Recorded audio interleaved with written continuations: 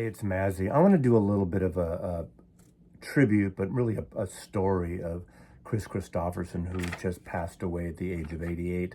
Wasn't going to do anything, and I was on this text thread with some friends, and the story came up of Kris Kristofferson at the Dylan 30th anniversary celebration of his signing to Columbia Records. And I was at that show. I'd go to New York twice a year for work. And in 1992, to be exact, October 16th, 1992, my friend and late friend Larry Weinberg, a drummer in my band, grew up together, met me in New York City. We were going to hang out in the evenings after my work during the day. And we happened to get a ticket for this show at Madison Square Gardens. It was an anniversary concert thrown by Columbia Records. I think there was a pay-per-view. It was with Eric Clapton, Johnny Cash, George Harrison, Stevie Wonder, and others. And on the bill was a newer artist, someone from the late 80s, and that was Sinead O'Connor. And remember, this was 2 weeks after her infamous performance on Saturday Night Live, where at the end of her performance, she tore a picture of the Pope.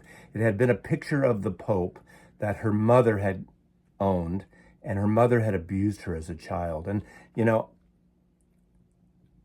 to this day, I am a supporter of Sinead O'Connor, and she was right with that situation of the abuse that was in the church that came out some years later.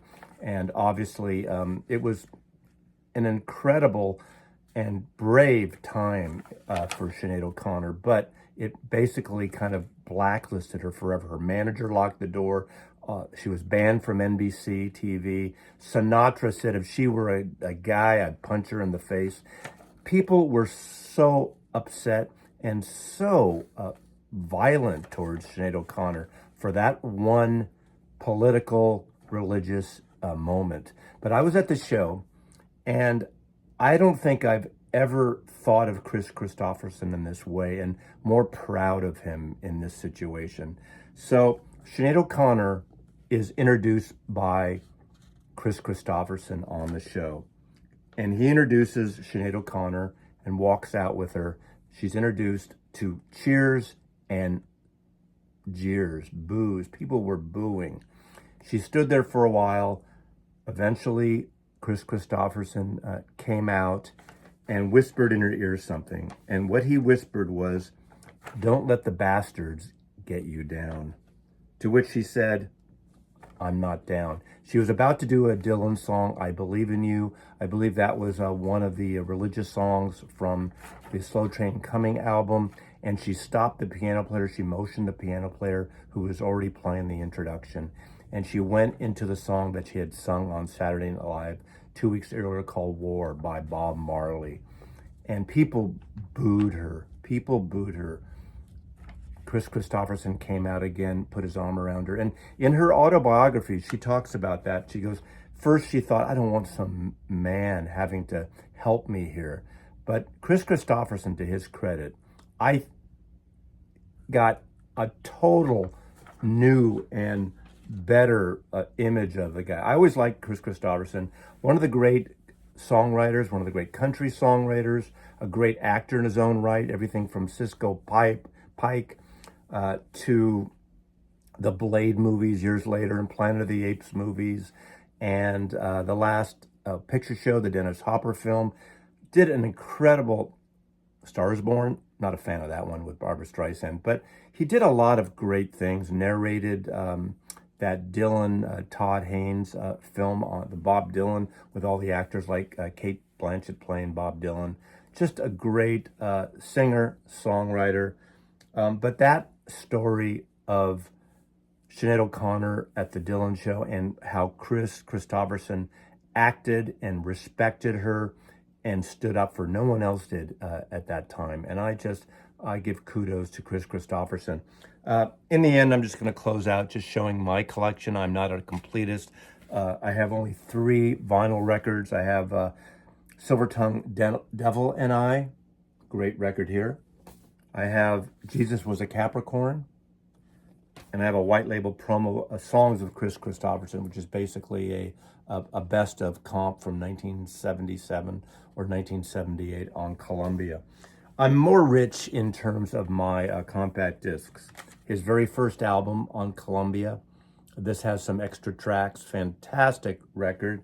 He's really a country folk singer, a minimalist, and it's so sad that a lot of these country artists, whether it's Johnny Cash or Waylon Jennings or even Dolly Parton and Kris Kristofferson and so many others, Merle Haggard's another one, that Nashville really kind of turned their back on them during, I'd say, the 1980s, 1990s.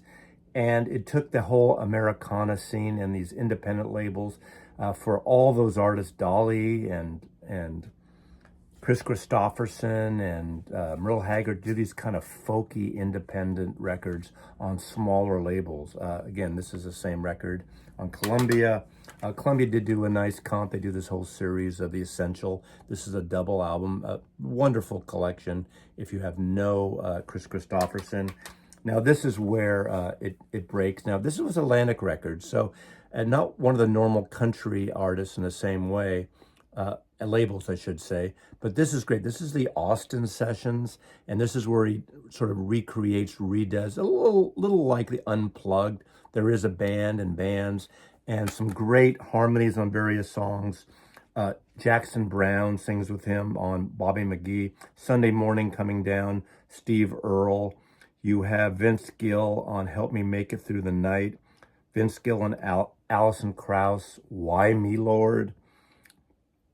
And Mark Knopfler on Please Don't Tell Me How the Story Ends. A fantastic, more of a minimal version, not overly produced like some of the Columbia stuff, which I still enjoy immensely. But this is a fantastic album. And another one, again, New West, one of more of the Americana labels. He does this wonderful record, This Old Road, on here. And another album that came out on Light in the Attic in 2010, and this is amazing. This is Kris Kristofferson, Please Don't Tell Me How the Story Ends, the 1968 to 1972 publishing demos. This is where an artist records songs. It's like the Whitmark demos, publishing demos that Bob Dylan did. So many artists, you'll find things like this. Everyone from Lou Reed to obviously here Kris Kristofferson to Dylan and others, where they would record these songs for their publisher to sell the songs to others. Essentially like the basement tapes that Bob Dylan did, and the songs get recorded by other artists. But this is really good. Just him and his guitar recording these great songs. I highly recommend this. If you're listening Light in the Attic, did you do a vinyl version of this? I don't know. I just have this CD version with a booklet, and it is fantastic. So I just wanted to share that story because I've always liked Kris Kristofferson. I've never been an all-in completist. I just think he is... I love that he did what he wanted to, his songs on his own terms. He never really had massive hits. I think my first introduction to him must have been Pearl, the album by Janis Joplin, where she had that massive hit of Me and Bobby McGee. I can't think if I heard any of the songs that, like Sunday Morning covered by Johnny Cash. So many, maybe Why Me, Lord, but that was even after that. That was a song I heard of Johnny Cash. But I just admire the man. And that moment when I saw him stand up and come out on stage and stand there with Sinead O'Connor, that really was something special. And that's how one massive story and one big story, how I'm going to remember Kris Kristofferson. Thanks for watching. Mazzy loves you.